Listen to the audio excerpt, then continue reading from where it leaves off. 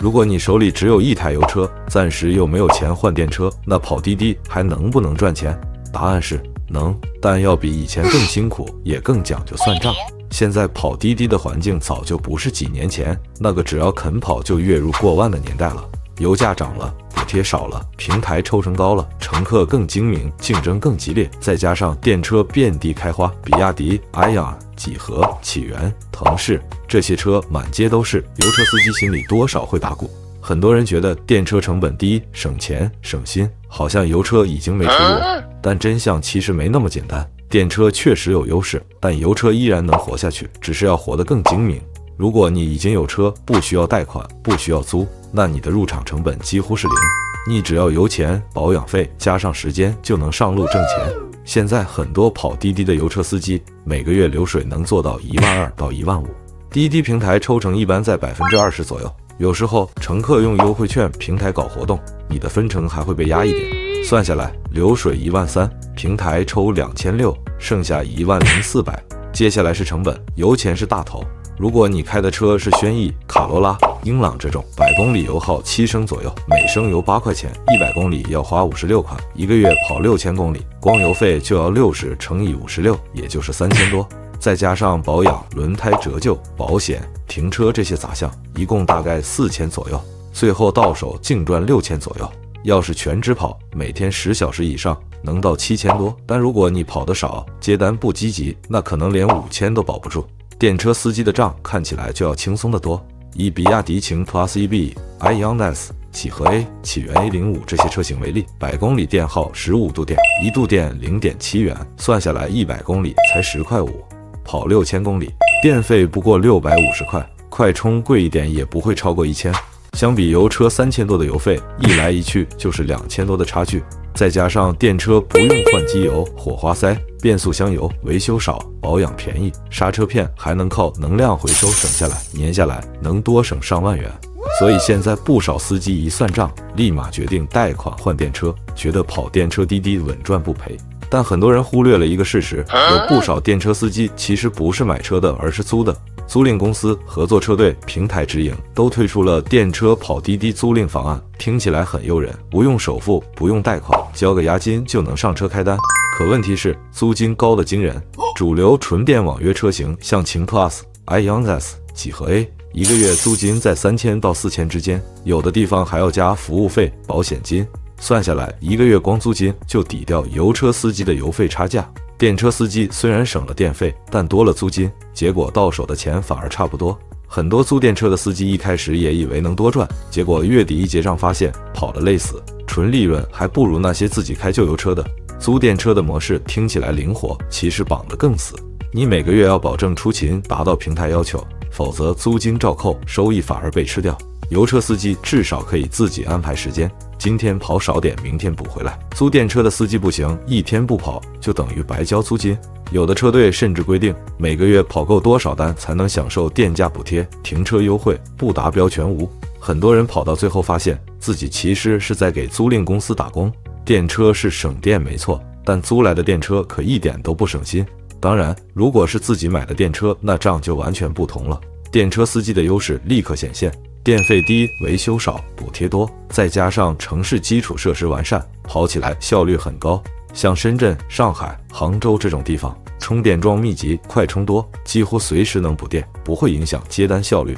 每天流水1000出头，跑满月净收入8、9千，甚至过万不是梦。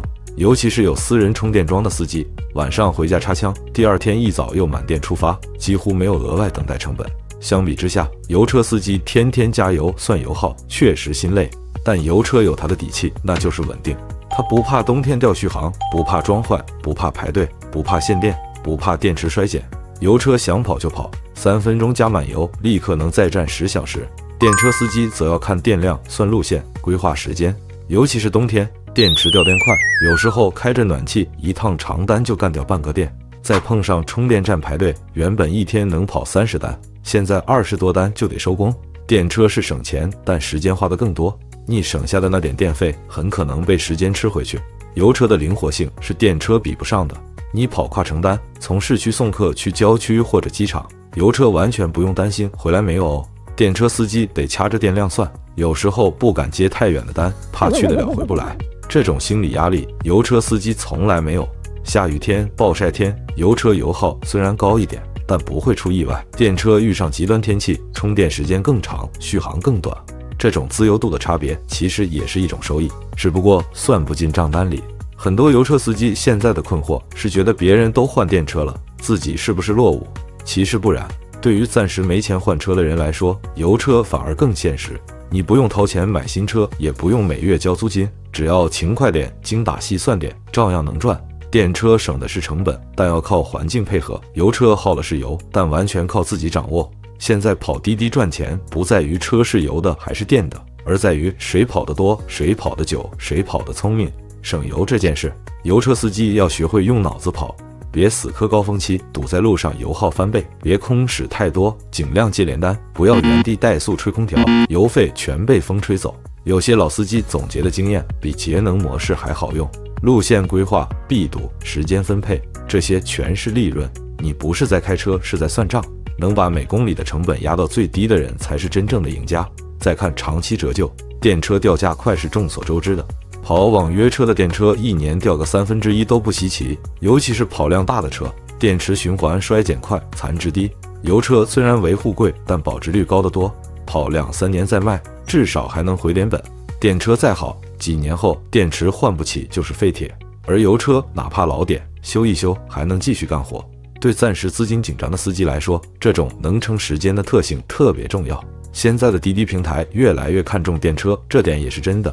补贴、绿牌、政策倾斜都向电车倾斜，油车慢慢被挤出主流，但这不是立刻的事。很多2、3线城市的充电桩仍然稀缺，电价比1线还贵，电车根本跑不开。在这些地方，油车依然是主力。只要你能合理安排时间，不空驶、不乱跑、不烧高油耗，油车依然能养家糊口。你再看那些租电车的司机，其实过得也不轻松。虽然表面上没油费负担，但每个月固定交租金，压力一点不小。很多租赁公司收3-4千一个月的租金，有的甚至把保险、服务费都加进去，实际到手的钱不多。很多司机跑得比谁都狠，从早到晚不敢停，就怕亏租金。油车司机至少可以自己控制节奏，累了歇会儿也没事，反正车是自己的。租电车的人不行，一天不跑就等于亏钱。电车确实省，但租来的电车反而更贵。还有一点很现实，租电车大多数都是固定合同，一旦你中途想退，得交违约金。有的司机刚开始热情满满，结果跑2个月，发现电桩排队，续航不稳，平台补贴不达标，想退又退不了，最后成了被动打工。相比之下，你的油车虽然不省油，但自由、灵活，没有束缚。你想跑就跑，不想跑就停，不用担心账单追着你跑。所以真要比下来，油车和电车的差距并不是账面上那2000块，电车赚得多是在理想条件下的多，油车赚得少是在真实情况下的稳。电车依赖环境，油车依靠勤劳。电车司机追求效率，油车司机靠体力和经验。这2种模式的优劣其实是2种生活方式的差别。从趋势看，电车是未来，这是毫无疑问的。但从现实看，油车依然是当下大多数人的选择。它虽然不省，但稳。它虽然累，但踏实。对于暂时没钱换电车的人来说，你不用觉得自己落后，反而该庆幸你没有背贷款，没有付租金，没有被电桩绑住。你的车虽然老，但它自由；你的利润虽然薄，但它是真实的现金流。你可以慢慢跑，慢慢积累，等有一天攒够钱再换电车，那时候你赚的不只是电费差价，还有那段靠自己撑下来的底气。所以，如果你现在只有油车，那就跑吧，别犹豫，也别自卑。油车照样能赚钱，只是要更精打细算，更脚踏实地。你可能比电车司机每月少赚1000多，但你不用排队充电，不用还车贷，不用担心电池衰减，也不用担心平台租金压身。在这个行业里，能坚持跑下去的才是赢家。滴滴的世界从来不看你开什么车，而看你能不能一直跑，跑得稳，跑得久。电车是趋势，油车是现实。电车跑滴滴靠环境，油车跑滴滴靠人。哪怕油价再涨，只要你还在路上，方向盘还在你手里，你就有机会。那些笑着说油车不行了的人，很多也在充电桩前刷着视频，而你可能已经接到了下一单。赚钱从来不是靠车，而是靠人。